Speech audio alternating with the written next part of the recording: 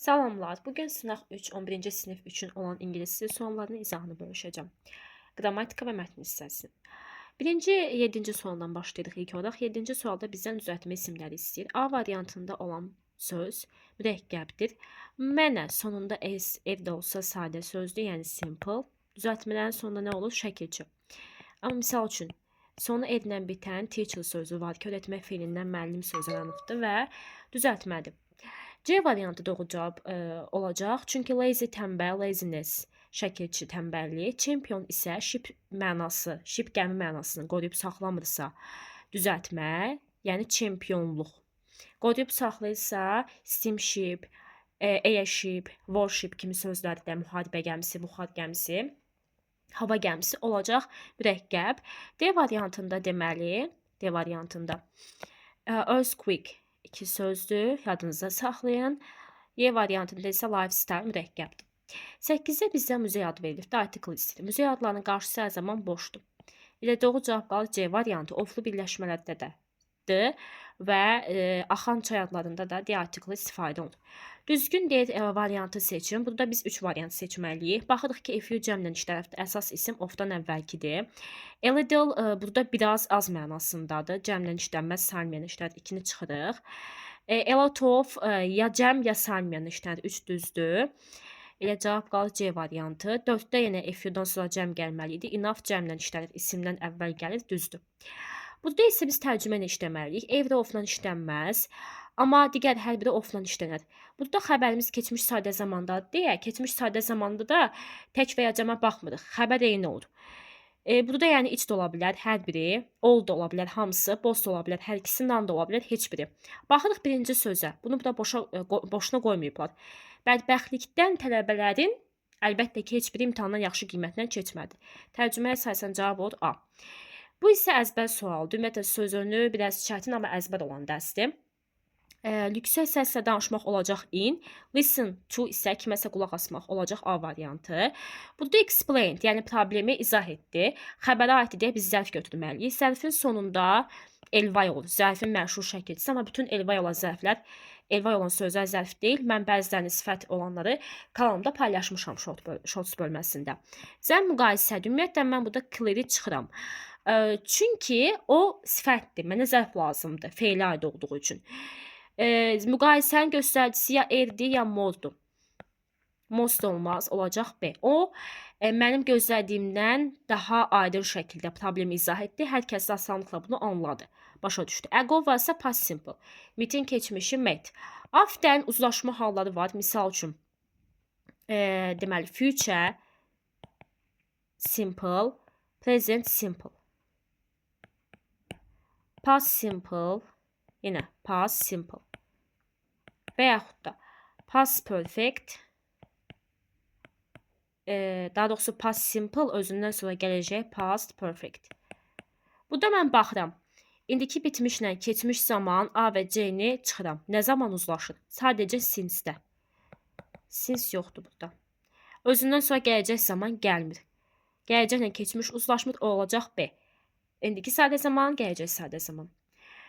Məhcul növdə biz xüsusi qaydanı bilməliyik ki, hansı zaman necə məhcul növə keçir. Birinci biz tamamlığı tapırıq, yeni kitabxana. Elə bütün variantlarda odur. Present perfect-dir, düzdürmü? P perfect. Bunun məhculu nədir? Have, has, been, participle to. Qaydalı feildir. Feili sifət 2 forması olacaq opened. İndiki bitmiş zamandadır və yeni kitabxana təkdədir. Onun variantda da have yoxdur, elə hasdir. Çevrilə bilər deyir. Çox diqqətli olun. Tamamlığı olanlar tamamlıq axtaracaq. Yəni feildən sonra kimin nəyə sualına cavab verən sözlər deməkdir. Bir düzdür, çox müxtəlif dillər. Belə çevirə bilərik ki, çox müxtəlif dillər danışılır. As spoken. 2-də olmaz. Mənim əmim oğlu, dayım oğlu misal üçün gecə geç çatdı. Tamamlıq yoxdur. Zərf var, feil var. Onlar bu regionda pambıq yetişdirir. Nəyə yetişdirir pambığı? Vot sualına cavab verir. Düzdürmü? Pambıq yetişdirir deyə bilərik. Elə olacaq 3. 4-də isə uşaq 3 saat yatdı. Yenə burada zərf var, amma tamamlıq yoxdur. Bir 3-ü götürəcəm. Bu sualın ayrıca izahını vermişəm. Burada elə bir ki, should-dan sonra 2 cür ola bilər. Ya feilin özü, feil özü. Heç o var, yoxdur. Ona görə çıxıram. Bunun to'su yoxdur. Bunda feilin özü gəlməlidir. Olmalı idi live. Bu da keçmiş sadə zamandadır. Bundan qabaqki hərəkət bir addım geriyə gedir bir zaman. Keçmiş bitmiş zaman oldu ümumiyyətlə. Should'un da strukturudur. Should present perfect. Sonraki peşmançılığı bildirir. Mən avtobusu qaçırtdım, buraxdım. Yəni avtobus gedibdi, mən çatmamışam o mənada. Mən daha tez çıxmalıydım. Amma bunun əksi də olsaydı inkarda shouldn't have left olmalı idi. Elə tərcümə ilə B variantı uyğun gəlir. Keçmiş sadə zamanda düzdürmü? Must olmaz, can olmaz. İnkarım nədirsə təsdiqim odur. Didn't, could'un inkarı couldn't olardı. İndiki zamana aid deyil, olacaq had to. Çünki onun inkarı didn't-la düzəlir. Deməli, biz onun çox çalışdığını, çox oxuduğunu daha doğrusu nəticələrdən, yəni bu nəticəyə gəlirik. Elə onun nəticələri results var, conclude-da nəticəyə gəlməkdir. Suya baş vurmaq, parlamaq və gecikmək olmaz. Definition, offend kimisə narahat etməkdir, əsəbləşdirməkdir. Entertain kimisə maraqlandırmaqdır, əyləndirməkdir. Blow da havadır. C, A, B olacaq elə D variantı. Sinonimləri deyil, tapın. Əlbəttə ki, tie, connect, bağlamaq. Tie-in həm də qalsuq mənası var. İsimdir. Deməli, baxaq indi lower. Lower azaltmaqdır. Bunun bizə opposite, antonimini istəyir, düzdürmü? Artırmaq. Increase, raise. Çünki raise, düzlə drop. Drop ümumiyyətlə həm düşmək mənası var, həm damcılamaq, həm damcı. Reduce azaltmaqdır. Burada antonimləri 1-4-dür.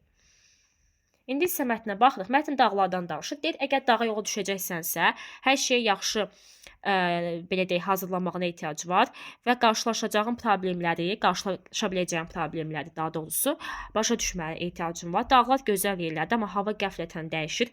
Məsələn, günəşli hava güclü küləyə çevrilir, dumana çevrilir və bəzən də yolun cığırını tapmaq, hara gedəcəyini bilmək çətin olur. Sən kompas, xəritə və günəşdən istifadə etməklə, günəşin yəni izini istifadə etməklə təhlükəsiz qalıb itməkdən qurtula bilərsən. Burada avoid sözünü biz əvəz edə bilərik. Gəlin də burada yazaq. Deməli, burada yazıbdır ki, sənə kömək edə bilər. Can help you. Help-in yeni yaza bilərsiniz. Assist. Stay safe-in yeni yaza bilərsiniz. Remain safe. Yəni iki sözü ən azından dəyişirsiniz. Avoid-in də yerini yaza bilərsiniz. Prevent. Nəyisə çəkindirmək, qarşısını almaqdır. Bəli. Deyir ki, yəni onlar sənə təhlükəsiz qalıb itməkdən qurtulmağa kömək edər. Soyuqda özünü müdafiə etmək üçün əlini üzünü örtməlisən, isti geyinməlisən. Bir də su keçirməz deyir, jaket götür özündən. Və bədənini deyir, isti saxlamaq vacibdir. Çünki soyuq havaya öyrəşməyən, soyuq temperatura öyrəşməyən insanlar üçün bu təhlükəli ola bilər. To be used to öyrəşmək deməkdir. Burada da deyir ki, are not used to. Yəni öyrəşməyən, used to öyrəşmək. Aha, sonra deyir ki, əgər tufan başlasa ən yaxşı yer hava daha yaxşı olan kimi bir yer tapmaqdır. Hətta deyir, təcrübəli o dağa dırmaşan insanlar belə deyir ki, bilirlər ki, yəni pis havada hərəkət etməyə davam etmək ciddi problemlər səbəb ola bilər. Bir də dağlarda vaxt keçirmək səndən təcrübə və güclü sağlamlıq tələb edir. Çünki hava orada daha da elə bil ki, belə deyək də, azalır. Hava daha da azalır, nəfəs almaq çətinləşir, bədən yorulur. Və buna görə də deməli dırmaşanlar üçün aylarla adaptasiya olunmuş şəkildə daha doğrusu aylarla deyil adaptasiya olmaq üçün orada dırmaşanlar məşq edir. Və onların necə həyatda qalmağı və belə çətin, sərt şəraitdə öz səyahətlərinə zövq almağı da təsirlidir. Harsh, hard, difficult deməkdir. Deyir ki, nəyə görə yolunu tapmaq çətindir? Qar danışmır. Deyir, özü həmişə qar olur. Həmişə onsuz da qar olmur da dağda. Çünki deyir, dırmaşanlar cığırı gizlədir. Cığırı necə gizlətsinlər? Cığırda ayağın qaraq addım atdıqca. Nevə deyir, günəş heç vaxt olmur. Yox, olur. Bir də kompas işləmir. Kompas işləyə də bilər, işləməyə də bilər. Burada biz baxırıq B-yə. Hava sürətlə dəyişir və görünürlük itir. Ona görə də çətindir yolunu tapmaq. Deməli, gəlin baxaq 24-də. Mətnə görə nə doğrudur? İnsanlar heç vaxt yorulmur. Xeyr. Dırmaşanların, o da deyir, gəzintiyə gedənlərin heç vaxt heç bir alətə ehtiyacı olmur. Sonra güclü tufanda deməli gəzməyə davam etmə təhlükəsizliyi yox. Bir də hava daha qalın olur, sıx olur, amma xeyr. Hava daha sinə yazıbdır. Şey olur.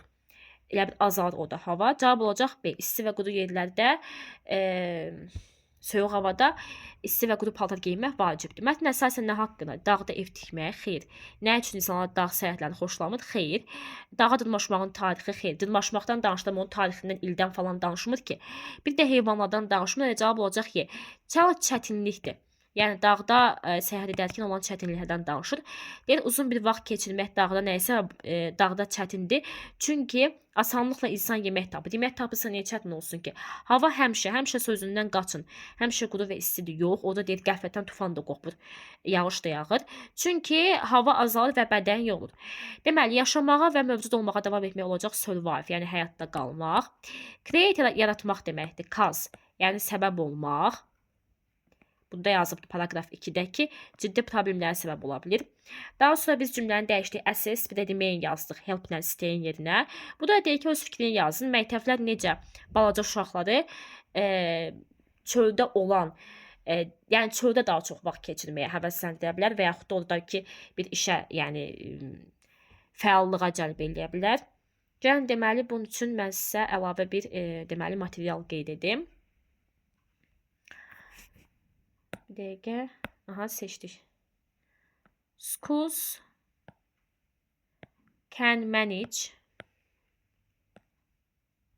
outdoor lessons. Yəni çöldə dərslər təşkil edə bilər. It can talk to students about importance of this. Yəni bunun vacibliyi haqqında danışa bilər. It can organize, plays, that's a game, sorry, oyunlar.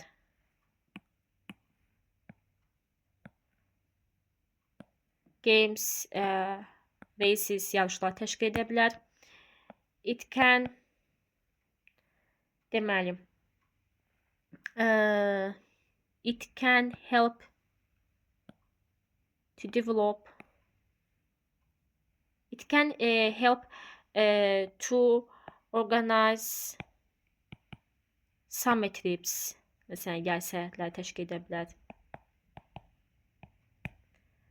Ya da it can develop